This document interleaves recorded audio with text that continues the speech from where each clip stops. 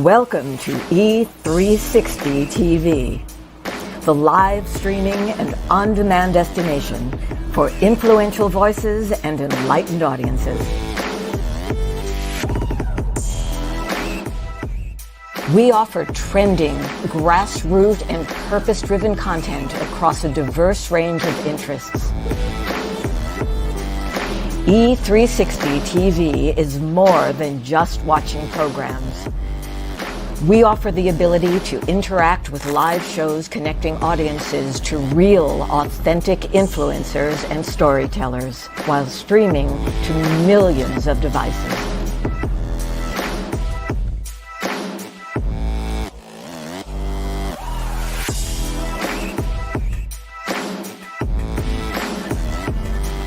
Real experiences, raw conversations, one destination for it all. E360 TV. Hello, hello, hello. I have a question for you. Have you ever felt completely lost? You know, seeking purposeful direction that could and should propel your mission within your divine journey to that next level, but still it hasn't happened. Well, my name is Lauren Michaels Harris, and I'm the founder of P3, the Journey Series. People come to me because they're wounded. Many are scared, and even there are those who are bruised simply because they feel that they are increasingly, for whatever reason, losing their ability to dream. Now, this P3 program is not for a person who's just looking to start a business, no, but rather for those of you out there who have been on your journey and you've been navigating within your divine purpose, but you still desire to elevate to that level that you have not reached yet. If this is appealing, if this describes you, then I want to have a chat with you. I want to hear your story. So use the link below to get registered for your free seat at P3, the Journey Series. And let's get started, one story at a time. I'll see you inside. Click the link.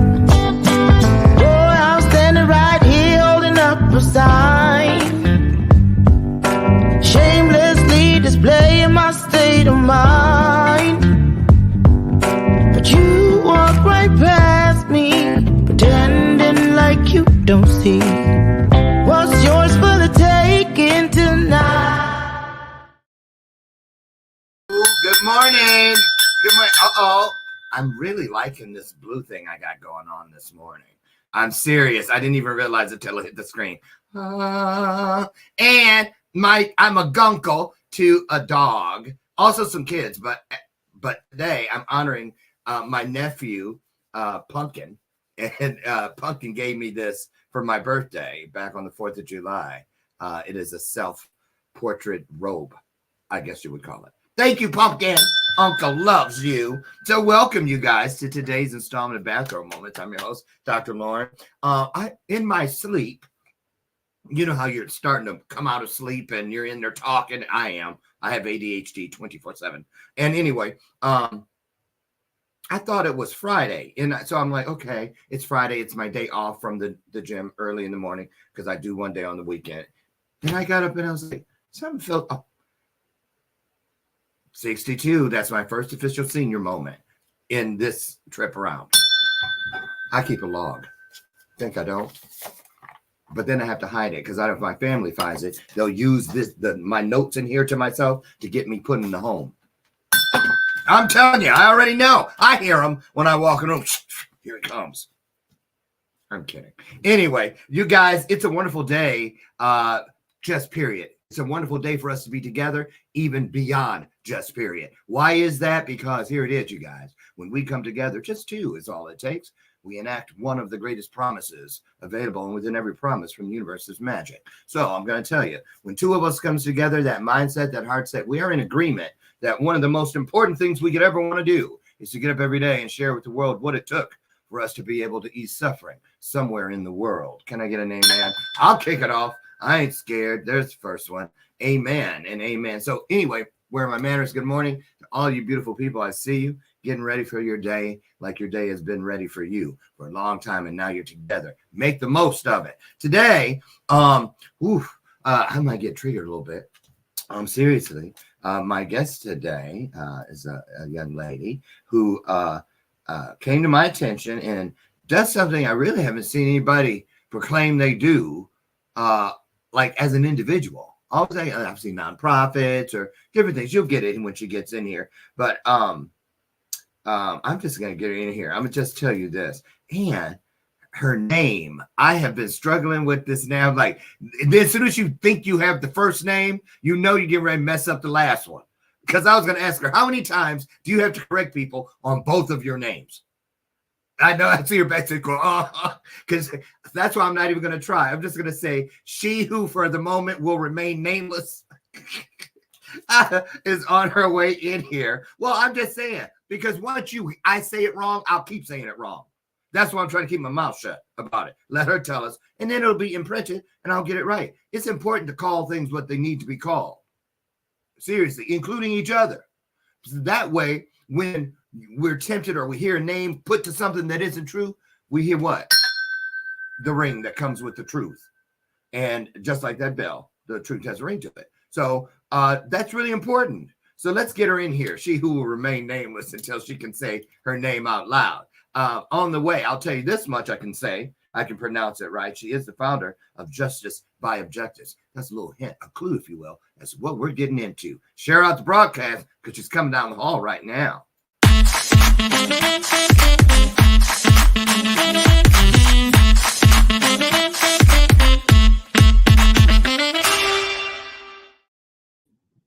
Good morning. Hi. I'm loving the purple. Thank you. Clearly. Got my bathrobe. Look. Oh, my goodness. Look, I'm matching the TV side under you, the blue, and you're matching the other on the other side. Aren't we balanced? Yeah. Look at that. That's perfect. It's coordinated. We matched it perfect. We didn't even call each other and say, hey. I know. It's perfect. Purple robe, do you? Right. Okay. Well, hey, say the name. Let's get the elephant out of the room. Okay. So my name is Channae Haller. Haller. I know. Everyone thinks it's Haller. So I know, like Butcher Haller. So I have to correct. Haller. Yeah. Channae.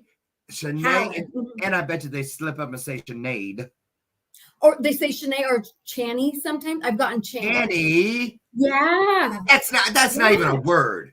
No, I know. I'm like, how do you even get that from I've gotten called that. I'm like, Channae Haller. I'm like, no. Channae. Definitely Channae. Wow. That's what I see. It's a blessing and a curse. Yeah, I know. It is. Okay. Well, we're just glad you're here, Channae. We really are. Listen, I do a little thing where I'm going to dip out for about 60 seconds, and you can just It's just pretend like you just opened up the front door and everybody out there was standing there. Hey, we here. And you say, come on in. Hey, So welcome up, and I'll come back in and we'll get started. sounds great. Okay, Super excited.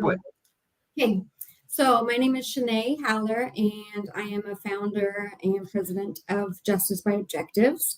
And what we do is provide peer support and family peer support services to individuals and their families that are experiencing the criminal justice system. We emphasize and focus on incarcerated individuals and a certain program called Living by Objectives, but we do focus, we help all individuals and family members that are experiencing any sort of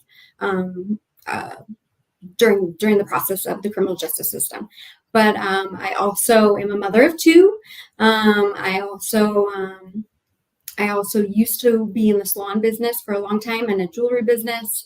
I'm a social advocate. I'm a big social advocate on just trying to get people basic civil rights and human rights. And I've had mine compromised, and I just love and feel passionate about helping others, and that's me.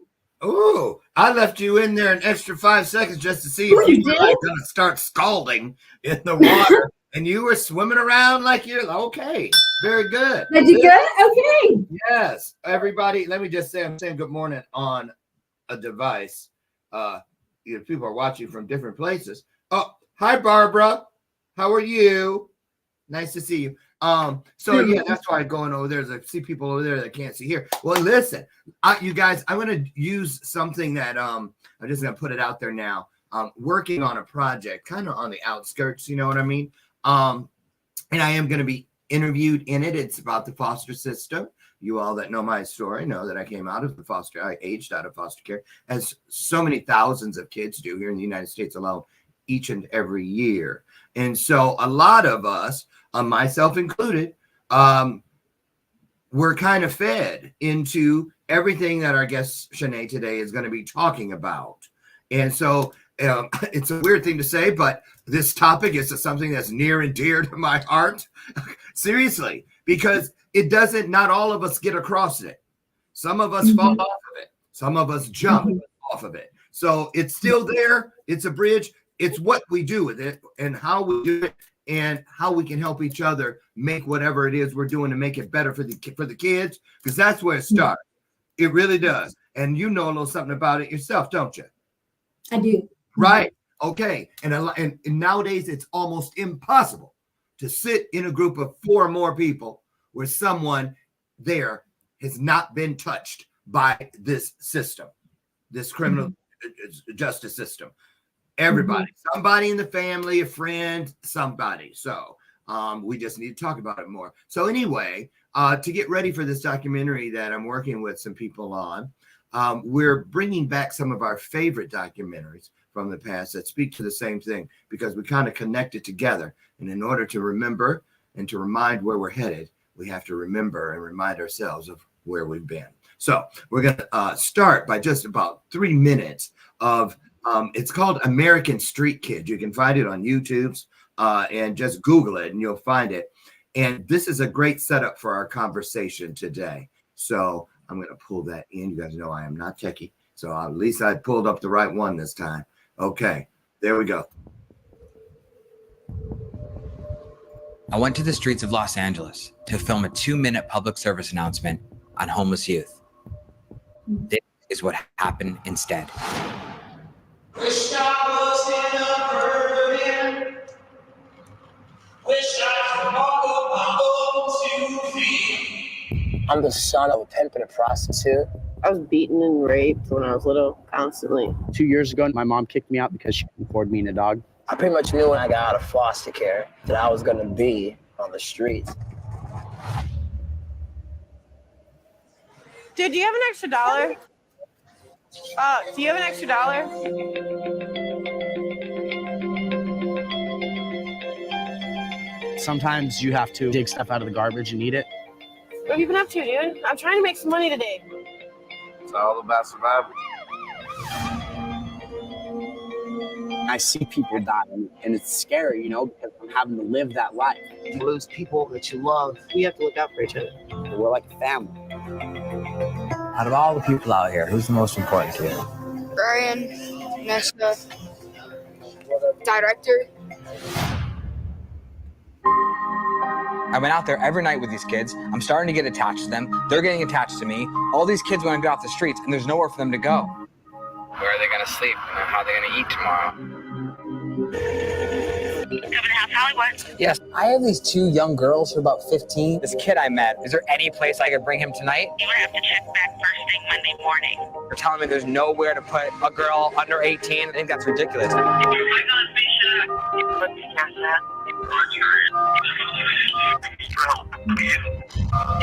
Outreach is now closed.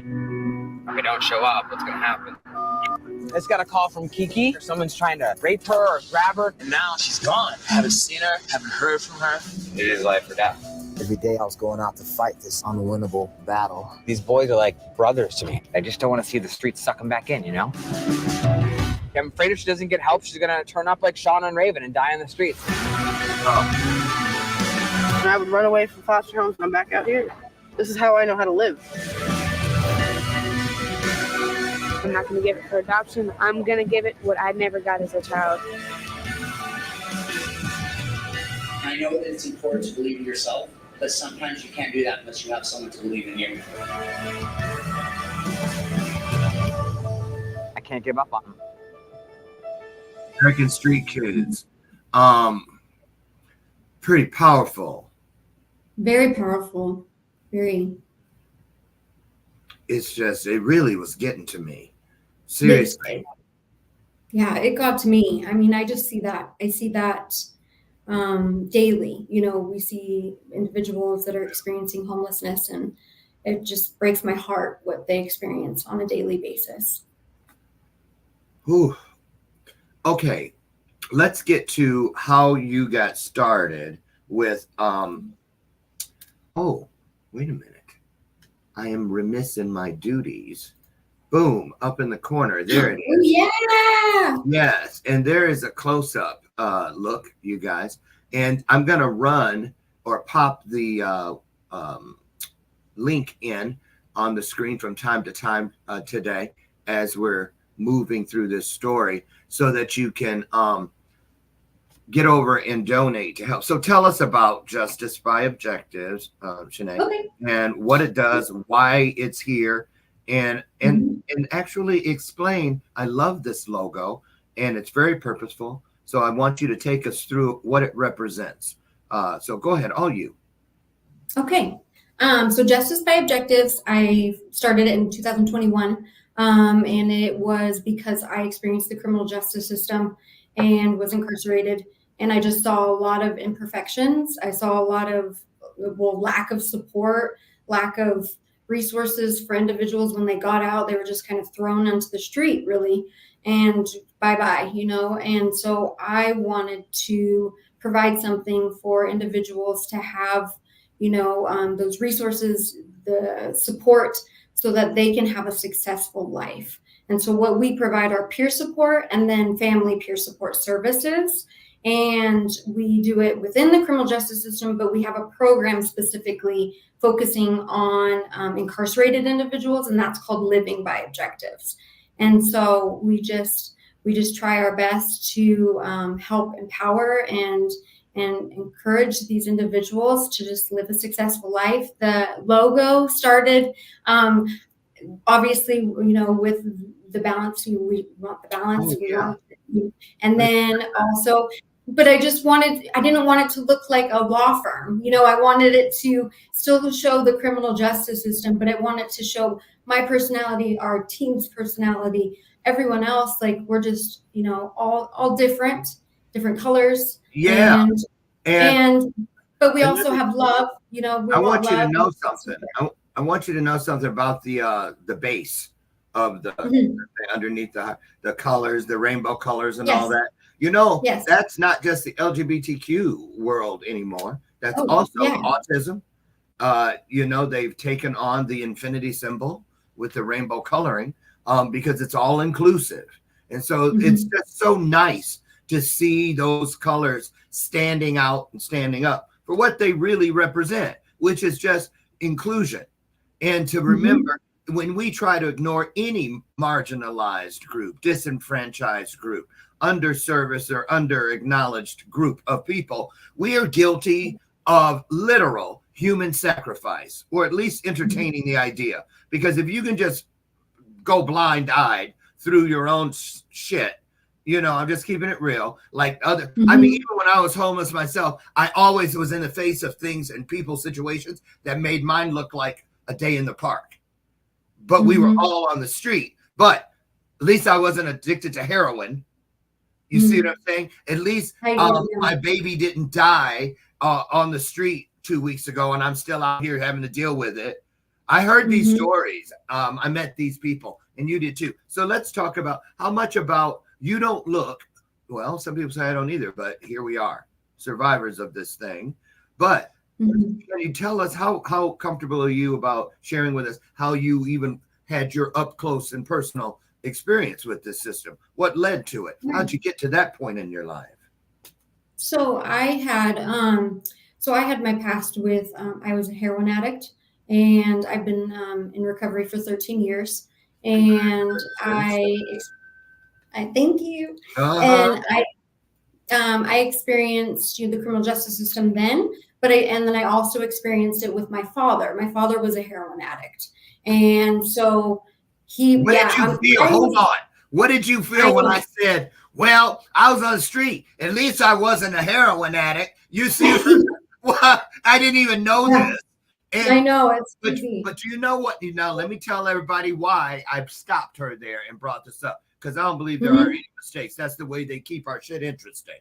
They make things come out and they present it because it's what we're supposed to talk about. So you see how even I, who had I started to say, but I didn't. No, I wasn't. At least I wasn't a heroin addict, just a crackhead, you see. But I've learned how to not like punch my own self too. But I wasn't punching you, but we were punching at that veil that makes people think they can see what they cannot see. That they can know what they cannot know without experiencing it or experiencing someone who has experienced it. Exactly. So talk about how did you get there? Did you come out of the system? Did you run away from home? Was it a bad boyfriend? What was the entry point? Did you just pick up heroin or were there? No, gosh, yeah, no, okay. No. So I was in a near fatal car accident. My first husband, he fell asleep behind the wheel and hit a parked car on the side of the freeway. And yeah, it was horrible, bad time. Like it was just a horrible incident. But it wrecked the whole passenger side, and I was in the passenger. And so I had a near fatal car accident. It was horrible. I was in the hospital for a long period of time. Broken jaw, concussion, the whole shebang, brain trauma. But I became addicted to opiates from prescription medication. And then I switched. Okay. Now see right there. I was like, look at how I was. I said, was it a bad boyfriend? Were you on the streets? Did you come out of the system? Look, I used all the ones that were familiar to me and left out the one that was the reality for you. Yep. Yeah. Which I told myself I would never touch it ever because of my dad's background, like with my dad being a heroin addict. How did he get addicted to it? My dad? Yeah. So he had it. So he grew up, he was adopted, and he just had a lot of background, like a lot of trauma, experiencing with that process and everything. And so he was just a very addictive personality type. So he tried and dabbled. He's also he was a phenomenal punk rock musician and a creative. Yeah, he was amazing. So, but that's what led him kind of down that road, trying and dabbling different things, and then all of a sudden heroin was presented to him, and that's what took him just downhill. Now, did he ever make it out? He did. Unfortunately, he died from cancer. But he was 2 years. He was 2 years sober. It was amazing. It was so amazing. See? So amazing. That's a book story in and of itself, right there, for real. You know that. Yeah. He got sober. He got sober when I found out I was pregnant with my daughter, and so he changed his whole life around. Like he he would go back and forth with getting sober and clean and going to treatment centers, going to kind of go to jail. But this is what really we saw like a huge change. Okay.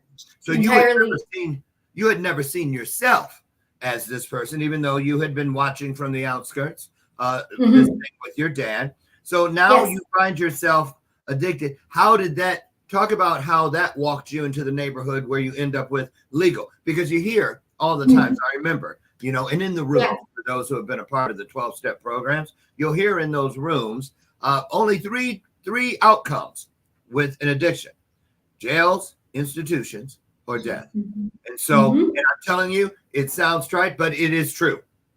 It is true. And so thank God both of us took 2 out of the 3, you know, and yes, because a lot of people end up getting 3 out of 3.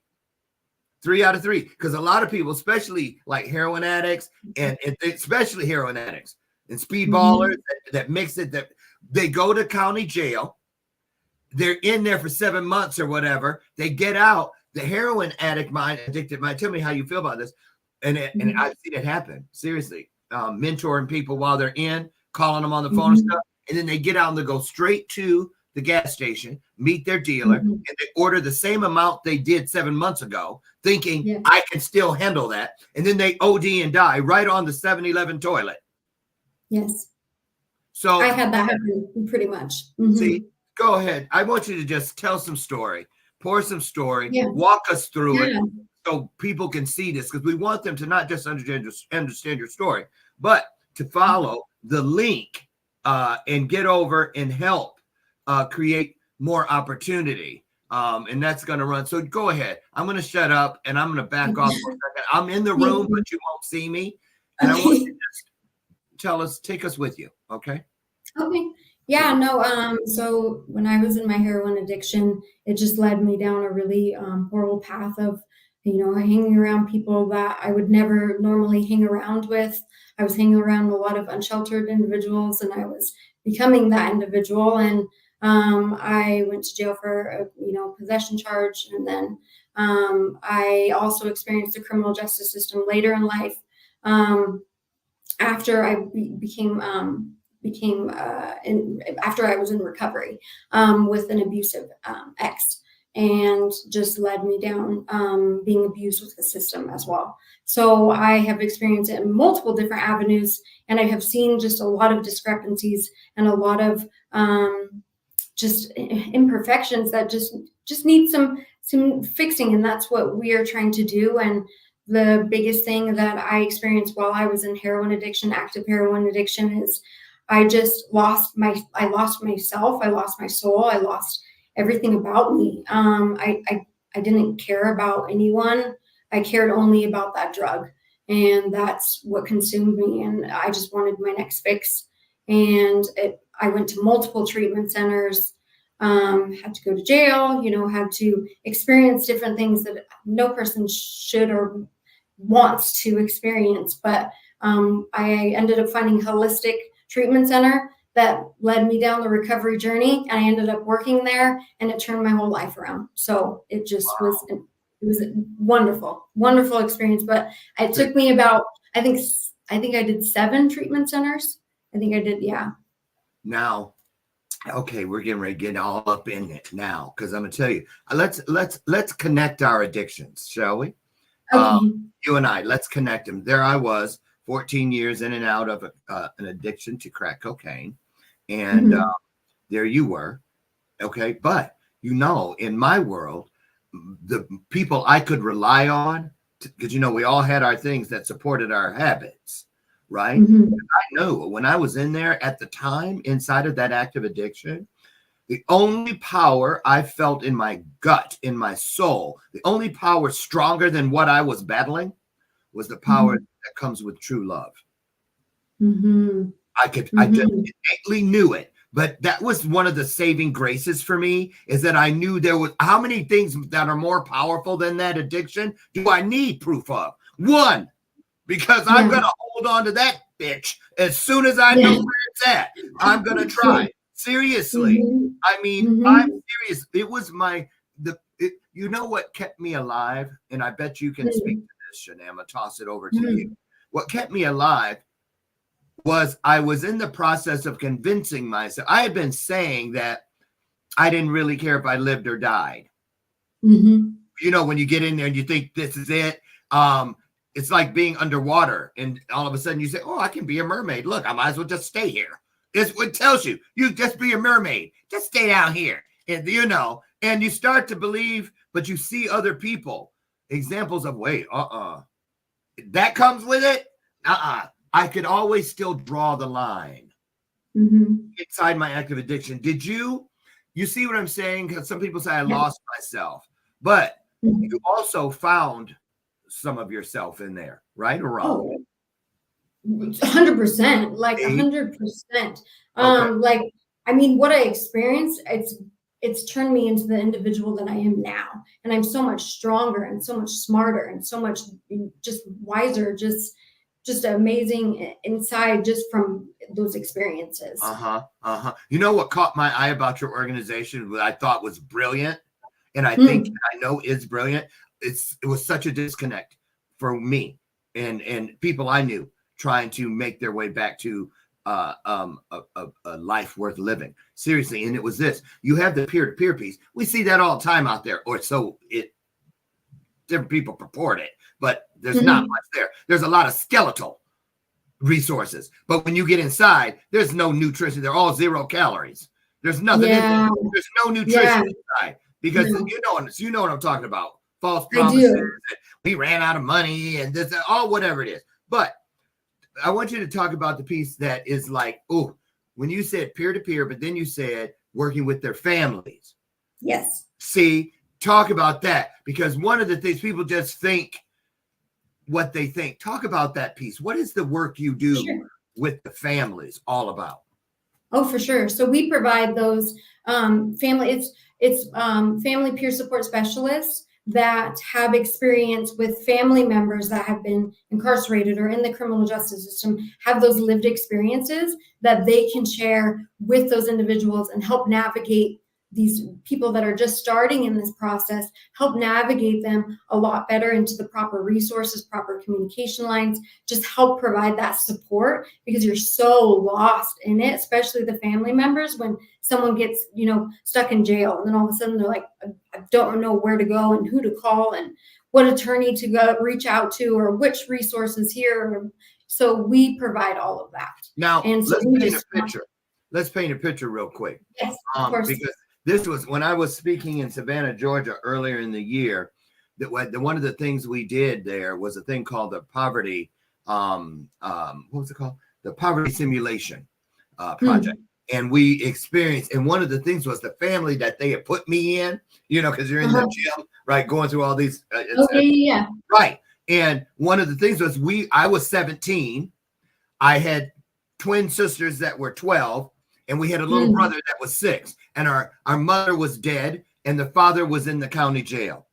And we had to stay alive for 30 days. And I, as the 17-year-old, and these were each one of those families, situation, dynamics, was taken from a real case study. And of course, everything you can imagine has happened and more. So let's talk about that. People could see, we see a certain picture. We see a certain image when we think we know what someone is describing. So where is the disconnect, in your opinion, Channae? Is it on the side of the people who should be trying to understand better, or is it on our side to express and explain it better, or that third side, a combination of both? Your opinion. I think it's kind of a combination of both. I think it's the awareness sometimes is not like, I think people are just so closed off because they don't want to communicate that they've experienced certain things like that, because it's such a taboo and stigma around it. You don't want to talk about it.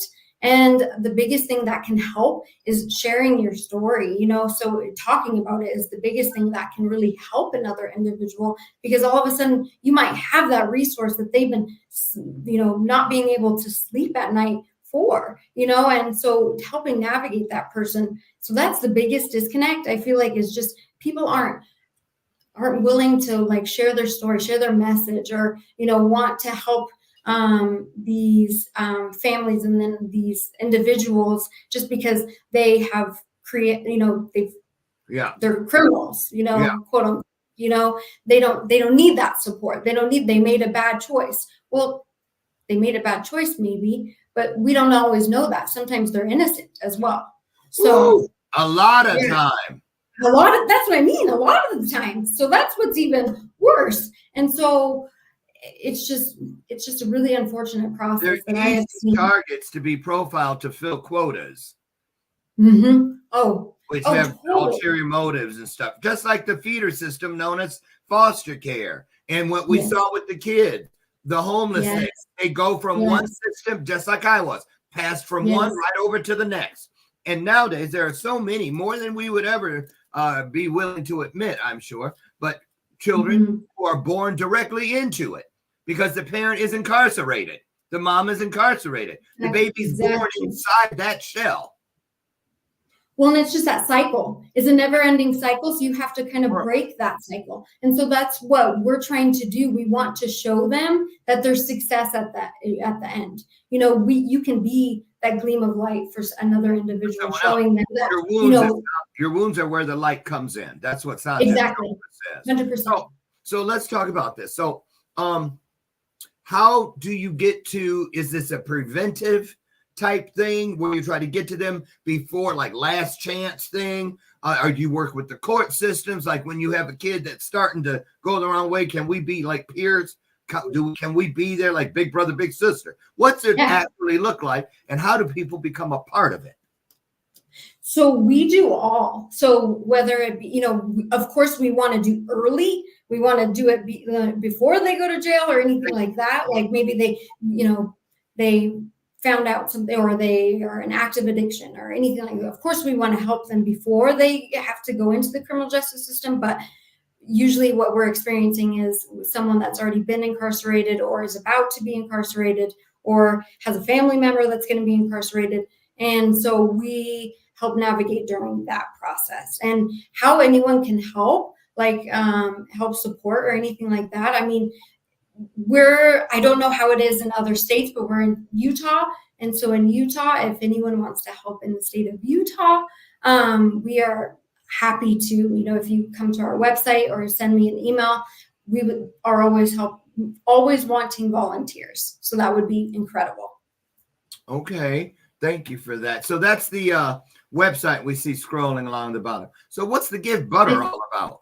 So Give Butter is actually our donation fund, like it's a donation fund platform. So our website is justice-by-objectives.org. When you do me a favor, if you can put that in the private chat, of course, we will take that and make it available to everyone.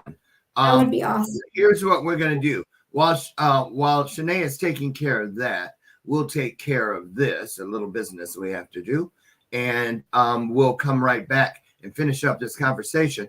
The conversation is around justice by objectives, nonprofit, correct? Mm-hmm. Yes. Okay, yeah, nonprofit with Channae here. And so we'll be right back, you guys. Don't go away. Still a lot of conversation ahead. We'll be right back.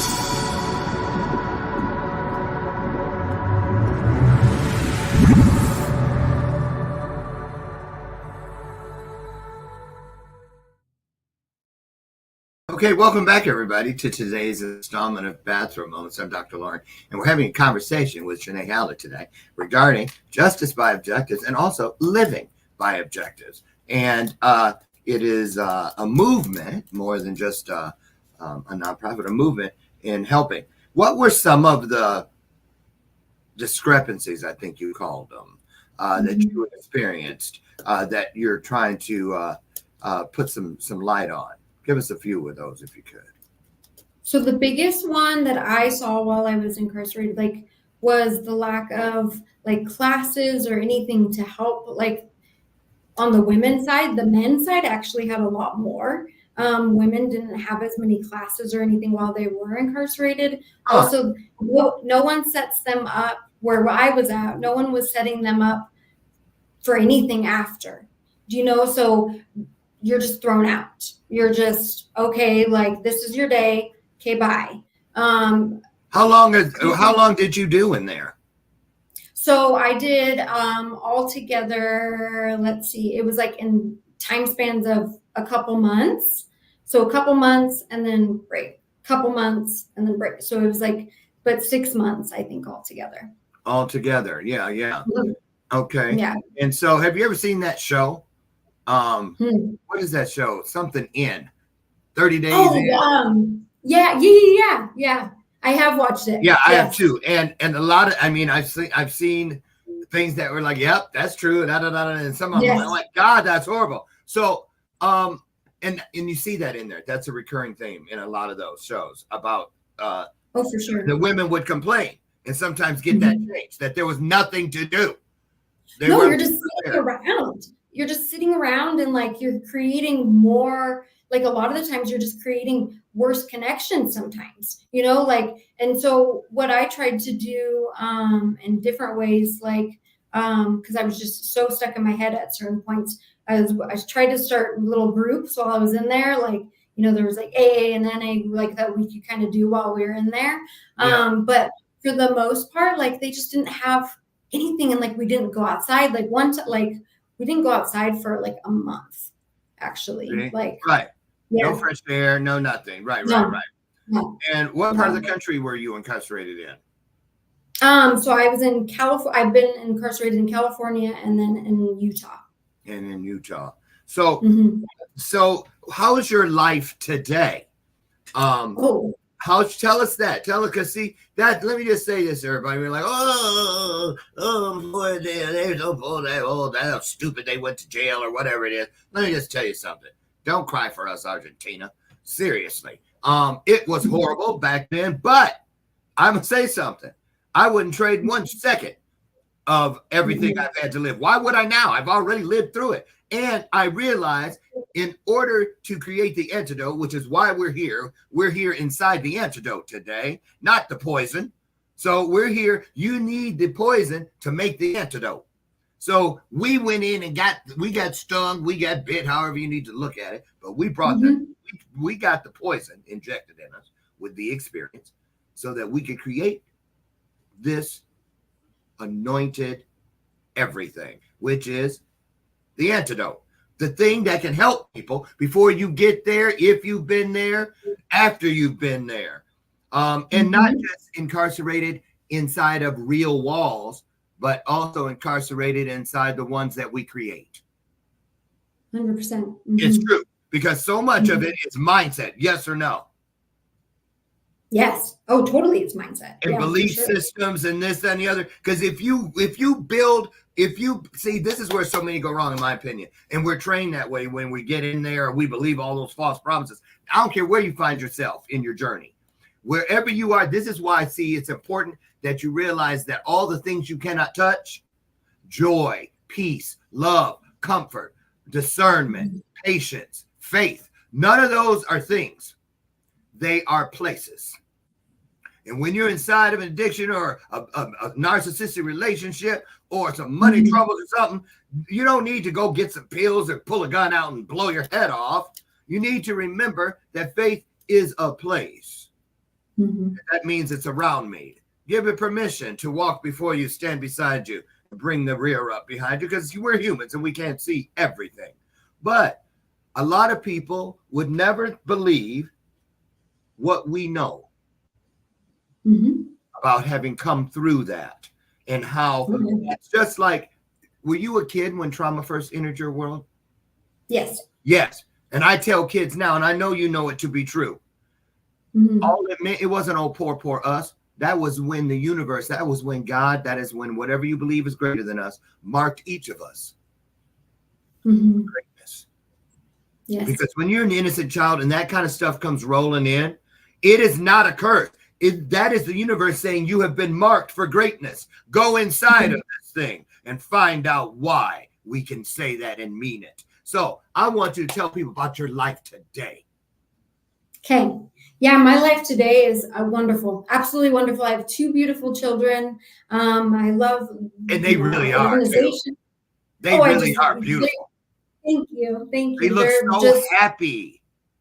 They are so happy. They're such good kids too. I mean, they can be little shit sometimes, but of course, just the most amazing, wonderful children just give me so much peace, and just I can't say enough about them because they're just so wonderful. But I have that. I have beautiful support as well. I have wonderful support. I have my wonderful mother, my wonderful best friend, and also business partner, and she's just fabulous.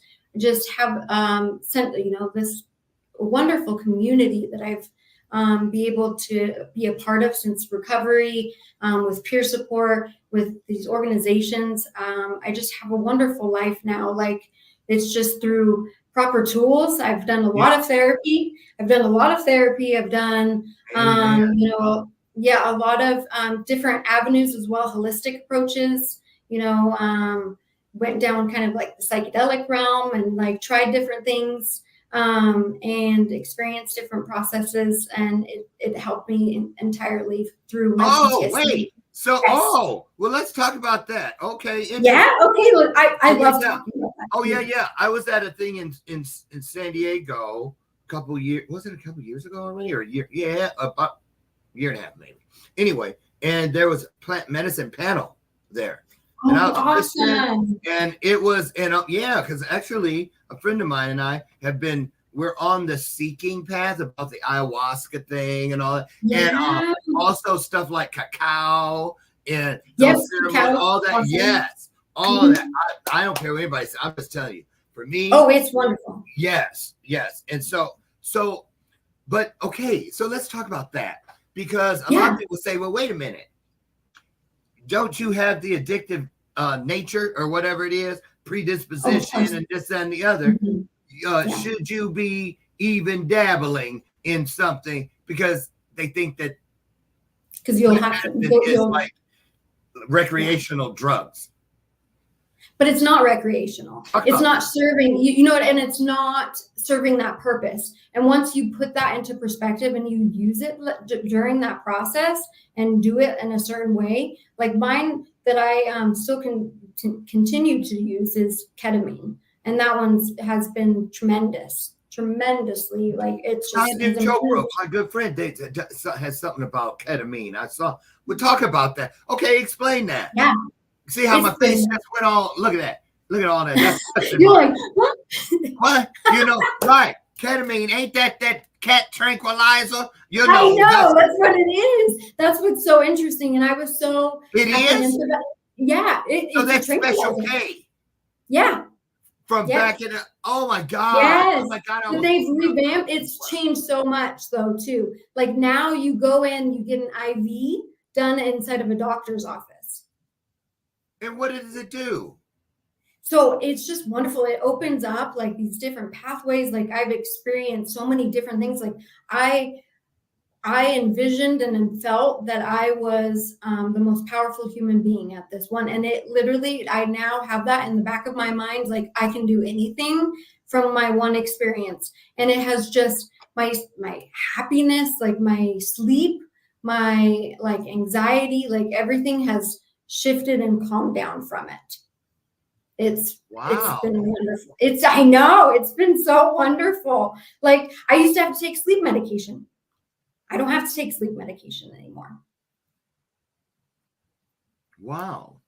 I know, right? I know. I'm like, and people, And people do say certain things like how you're saying within the recovery community, and I totally understand and I respect them entirely. Like if they don't want to experience, psychedelics or go through that process, this is my own personal process, and it's what's worked Oh, for I've heard me. many people say Yeah. the same thing, and the thing, but here again too is this. So it's like this. I always tell people, no matter what it is, and that includes things like the Bible. It says right on it, King James's version. Every Bible has right on it a disclaimer. It's something version, which means take what works for you and leave the rest. Something's been took out, something's been added in. So we can't say how pure this vein is as far as it being pure gold.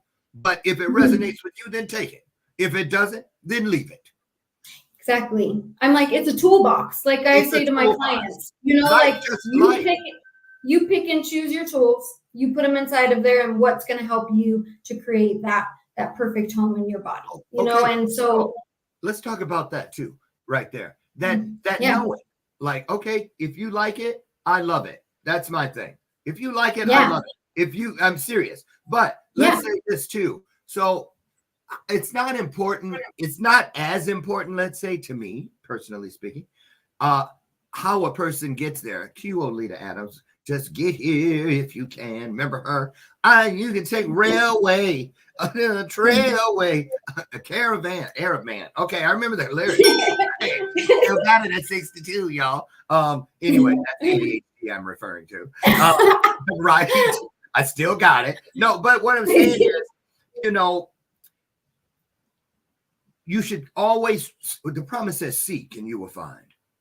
And when you're looking for what is better, when you're seeking your highest self, it's also at the same time the infinity symbol, in my opinion. You are remembering yourself to your original self, which is your highest self. It's a big loop. You know what I'm saying? Right. And so I look at it like this. It's your intent. What is it you're trying to derive from something? Are you seeking? Or is it just a carnal desire? And I think this too, as long as you know what it is, you can, if it's available, right? I just do. I don't think there are any mistakes. I believe that whatever you're dealing with is what they decided. It was good for you, a need to know, because it was time to grow. So you had to know that experience to grow into this person. Yep. And I totally agree with you. Right. I totally agree. Yeah. So what are your plans? Talk about this. So tell us where you see yourself, where you see the organization, what you see for the people you serve. Let's say 20 years from now. 20 years from now. What kind of work? 20 years?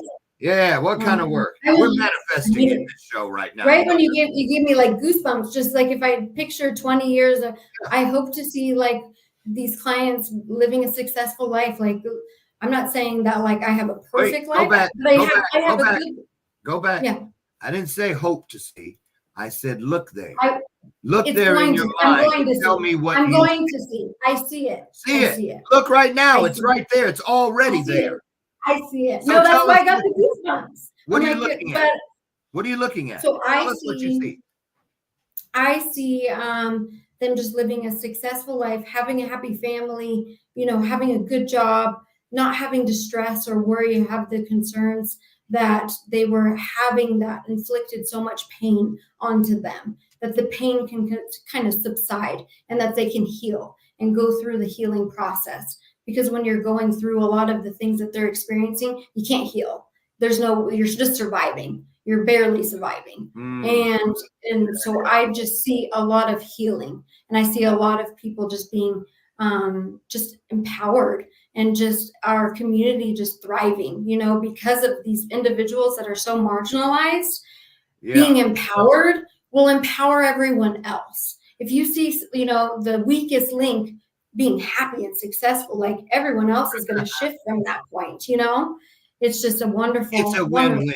It's a win. It is a win. Yes. It is. Because now, if nothing else, we have vested mentors in your own communities. When you get to know people that have lived through something, that is the message that will resonate with the young people before they get all entangled in those very same vines of destruction. That is why we must keep the conversations available. And in order for there to be an available conversation, you got to have something worth saying. So remember that, and you've lived it. Get it out, dust it off, you guys, and offer it to the world like today's guest. Channae, thank you so much. It has been a crazy fast, wonderful, magical, healing hour. And you're welcome back anytime. And you guys, we will take the liberty of dropping both of the connectors you've seen on your screen today in your comment section immediately. Finishing today's broadcast. That way you'll be able to just click on it and go over and see everything Living by Objectives and also Justice by Objectives and founder Channae Haller. Thank you so much. Thank you. Great job. You so much. Yep. Hang out backstage. I got one download I want to share with you before we start our days. I'll be right there.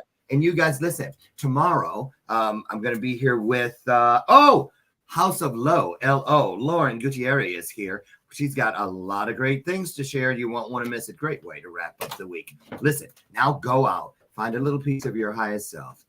You woke up great. Tonight, today, tomorrow, become greater. One day, they're going to say, here comes one of our greatest. Don't let my screen door slam on your way out. And remember, as always, I love, love, love you. And there ain't a damn thing you can do about it. See you tomorrow. Have the best day ever. Goodbye, everybody. Bye-bye.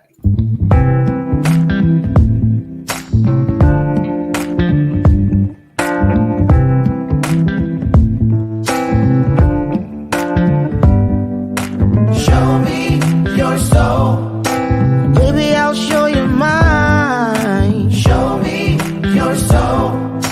Honey, it's way past time. How expensive do I have to be? Need I spell it out before you get it, baby? Show me your soul. And honey, I'll show you mine. I'll show you mine.